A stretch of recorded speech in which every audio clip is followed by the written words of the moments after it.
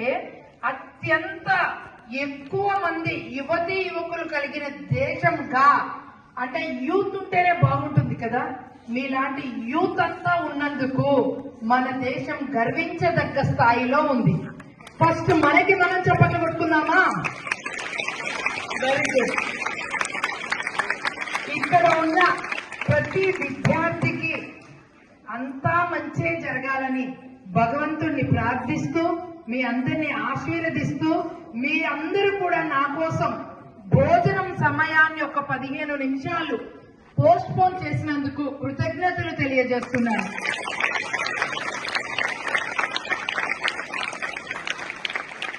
చాలా జీవరాశులు ఉన్నాయి మన ప్రపంచంలో కదా, అన్నింటికన్నా ఉత్తమమైన జన్మ మానవ జన్మ. ఆ జన్మ ఇచ్చినందుకు భగవంతుడికి కృతజ్ఞతలు తెలియజేసుకుంటున్నాను. అంత మంచి జన్మ ఇచ్చి మళ్ళీ చదువుకునే అదృష్టాన్ని, హక్కుని కూడా మీకు కలగచేశారు దేవుడు. ఇక్కడ మీరు కూర్చున్న ఈ ప్రాంతం అంతా చూస్తుంటే ఏమనిపిస్తుందంటే, ఈ స్టేజ్ మీద కూర్చున్న వాళ్ళందరూ ఇలాంటి స్కూల్స్ లోనే చదువుకొని వచ్చారు. నన్ను నమ్మండి, నేను ఇలాంటి స్కూల్లోనే చదువుకొని వచ్చాను. ఈ స్కూల్స్ కి ఉన్న ప్రత్యేకత ఏంటంటే, కావలసినంత ఆక్సిజన్ ఇస్తారు, మంచి నేచర్ కనబడుతుంది, మనకి ఆడుకోవడానికి స్థలం ఉంది, పాఠాలు చెప్పడానికి అత్యంత అనుభవం కలిగిన ఉపాధ్యాయులు ఉంటారు ఇలాంటి స్కూల్స్ లో. ఎలాంటి ఉపాధ్యాయులు ఉంటారు అంటే, మీరు తరగతి గదిలో ఉండే 40 మందిలో ఒక్క ఫస్ట్ ర్యాంక్ తెచ్చుకోవడం కోసం ఎంత కష్టపడి చదువుతున్నారో, అలా ఒక్కొక్క ఉపాధ్యాయుడు, ఒక్కొక్క ఉపాధ్యాయుని ఎంత కష్టపడతారంటే, మన రాష్ట్రంలో ఉన్న ఎవరైతే బిఈడి చేశారో, ఎవరైతే టీటీసీ చేశారో వాళ్ళ అందరితోటి పోటీ పడి వాళ్ళు ది బెస్ట్ అని అనిపించుకొని ఒక సర్టిఫికెట్ తోటి మిమ్మల్ని తయారు చేయడానికి ఇలాంటి పాఠశాలలకు వస్తారు. అర్థమవుతుందా? ఇంకా వాళ్ళని మించిన బెస్ట్ టీచర్స్ స్టేట్ లో ఉండరు. ఎందుకంటే వాళ్ళు ఆల్రెడీ టెస్టెడ్ అండ్ ప్రూవ్డ్. మీరు ల్యాబ్స్ లో, మీకు సైన్స్ ల్యాబ్స్ లో మీకు టెస్టులు చేపిస్తూ ఉంటారు కదా, దాని ఫలితంగా మీరు ఏదో ఒకటి కనుగొంటారు కదా, ఆ ఇన్వెన్షన్ ఏదైతే ఉందో వాళ్ళే మీ టీచర్స్. అర్థమైందా?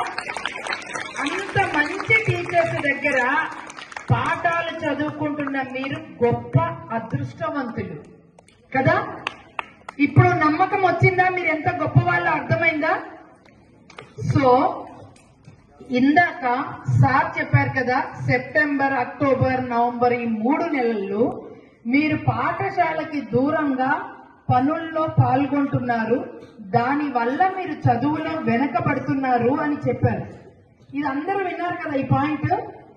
నేను కూడా స్వయంగా ప్రతి పొలంలోకి తిరిగి, పొలంలో ఎక్కడైనా పిల్లలు ఉంటే ఆ పిల్లల్ని స్కూల్కి తీసుకొచ్చి జాయిన్ చేసి వెళ్ళాను కొన్ని స్కూల్స్లలో.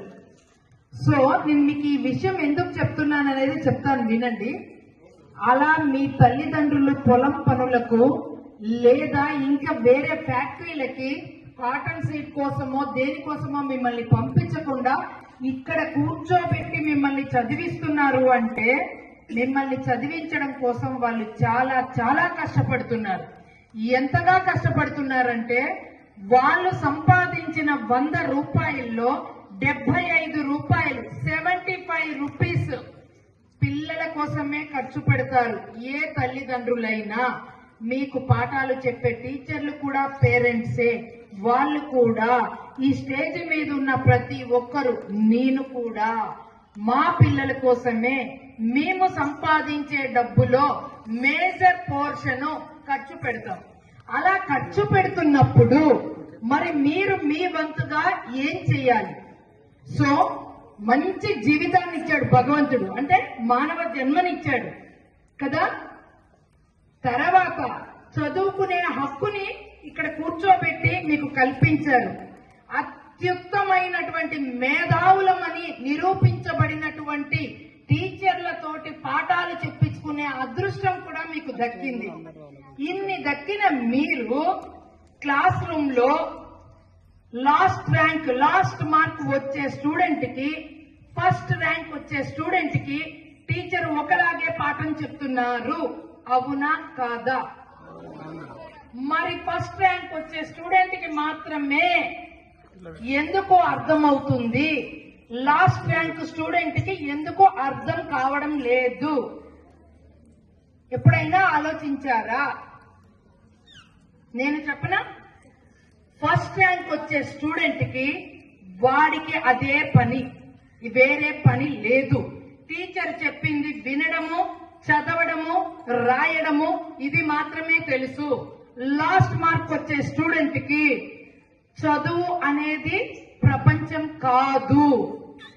ఎప్పుడైతే చదువుని నీ ప్రపంచం చేసుకుంటావో, ఎప్పుడైతే టీచర్ చెప్పింది జాగ్రత్తగా విని దాన్ని ఇంప్లిమెంట్ చేస్తావో, అది పరీక్ష రూపంలో రాసి మార్కు తీసుకొస్తావో, రీప్రొడ్యూస్ అంటారు దాన్ని, విన్న దాన్ని మరచిపోకుండా మళ్ళీ పేపర్ మీద పెట్టడమే ఎగ్జామినేషన్. అదే మన మెదడుకి టెస్ట్.